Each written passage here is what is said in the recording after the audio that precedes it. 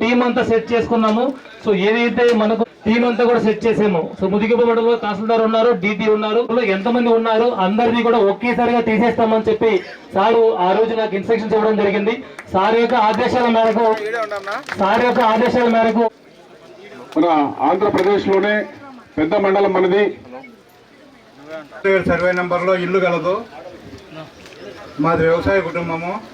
ఇల్లు అమ్మాలన్నా, ఆయకం పెట్టి పిల్లలను చదివించుకోవాలన్నా కాక 10 సంవత్సరాల నుంచి చాలా ఇబ్బంది పడుతుంటే ఏదో నిషేధ జాబితా నుంచి తొలగించినందుకు మంత్రి గారికి, కలెక్టర్ గారికి, ఆర్డీఓ గారికి ధన్యవాదాలు తెలుపుకుంటున్నాను.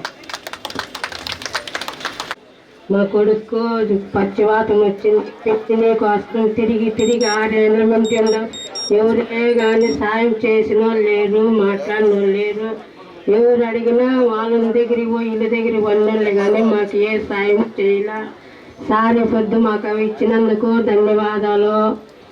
రుణం తీర్చుకుంటాం సచ్చే వరకు అనుకుంటాం. Mohan Yadav, retired RTC employee. ఈ 900 సర్వే నెంబర్ నా ఇల్లుంది. గత ప్రభుత్వం 5 సంవత్సరాలుగా మేము చాలా ఇబ్బందులు పడ్డాము. ఇల్లు అమ్మాలన్నా, కొనాలన్నా, ఏదైనా బిడ్డలు పెళ్లి చేయాలన్నా ఇబ్బంది పడ్డాము.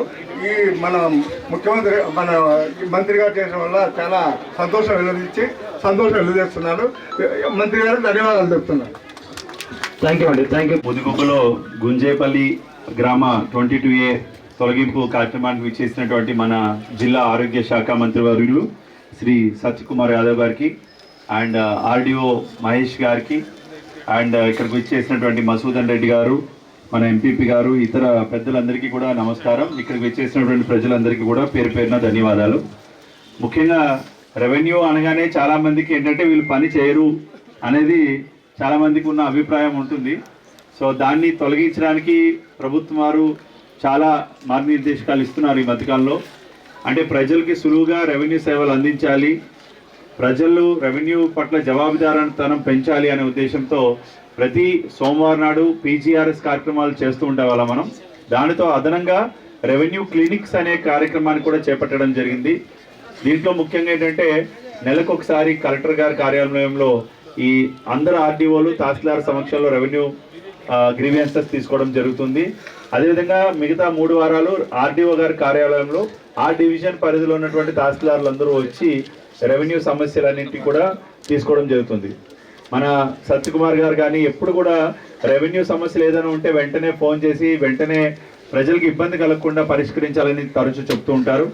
సో మనకి ఈ గుంజేపల్లికి సంబంధించి కూడా ఒక 2 రైతులు కూడా కాదు, వాళ్ళు ఒక ఏమంటారు రెసిడెంట్స్, వారు ఒక రోజు వచ్చి మాకు ఎప్పటి నుంచో మా అమ్మాయి పెళ్ళికి కానీ పిల్లల చదువుకు కానీ మా ల్యాండ్ 22లో ఉండడం వల్ల తీయలేకపోతున్నామండి, చాలాసార్లు తిరుగుతున్నానని చెప్పారు నేను ఆఫీస్ నుంచి వెళ్తున్నప్పుడు.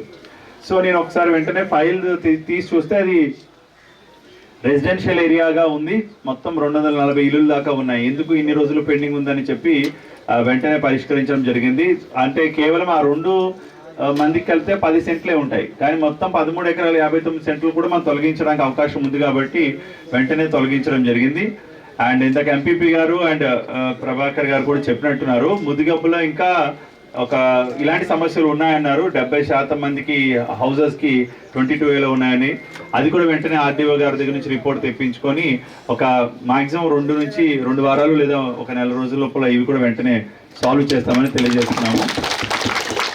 అండ్ మడకశిర నియోజకవర్గంలో కూడా మన జనవరి 23వ తారీఖున కొంతమందికి ఇలాగా గవర్నమెంట్ అండ్ వాళ్ళ గ్రామ కంటాల్లో కూడా ఉన్న వాళ్ళకి 10,000 మందికి పొజిషన్ సర్టిఫికేట్లు ఇవ్వడం జరిగింది. సేమ్ ఇదే రకంగా అబ్బాయ కాలనీ ఉంది కదిరిలో, అక్కడ కూడా చాలామంది ప్రభుత్వ అంటే ఫారెస్ట్ ల్యాండ్గా పడింది. గారు ఆయన ఫోటో వేసుకోలే, లేదా నరేంద్ర మోడీ గారి ఫోటో వేయలా, లేదా పవన్ కళ్యాణ్ గారి ఫోటో వేయలా. ఎవరు ముద్ర వేశారయ్యా అంటే రాజ ముద్ర వేసి ఇవాళ మళ్ళీ పట్టా ప్రస్తావించి ఒకవేళ రీసర్వేలో ఉంటున్న తప్పులను సరిదిద్దుతూనే రెండో వైపు ఏ పేర్లతో కానీ ఫోటోలతో కానీ వస్తుందా. సరిహద్దుల దీనిల కోసం 750 కోట్లు సరిహద్దు రాళ్ల మీద ఎక్కడన్నా కని విని ఎరిగామా చరిత్రలో?